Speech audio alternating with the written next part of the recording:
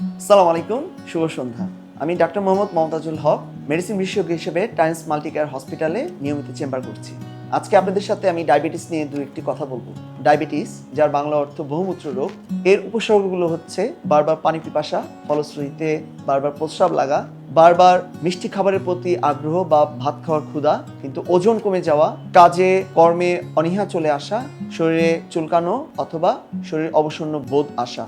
Diabetes, এটাকে বলা হয় সকল রোগের জননী। ডায়াবেটিস থেকে সকল রোগের সূত্রপাত। ডায়াবেটিস থেকে বেঁচে থাকার জন্য আমাদের সঠিক খাদ্যাভ্যাস এবং পরিশ্রম করা জরুরি। বিশেষ করে সাদা খাবার যেগুলো আছে, যেমন চিনি, লবণ, তেল, আলু, ভাত, এই খাবারগুলোকে পরিহার করা। পাশাপাশি প্রতিদিন কমপক্ষে 20 থেকে 25 মিনিট একটা নির্দিষ্ট স্থানে, অর্থাৎ মাঠে, পার্কে, খোলা জায়গায়, বাসার ছাদে, আঙ্গিনায় ব্যায়াম করা। আপনারা সবাই ডায়াবেটিস সম্পর্কে সচেতন থাকবেন। কোনো সমস্যা হলে হাসপাতাল অথবা ডাক্তারের পরামর্শ নেবেন। আপনাদের সবাইকে ধন্যবাদ। আসসালামু আলাইকুম।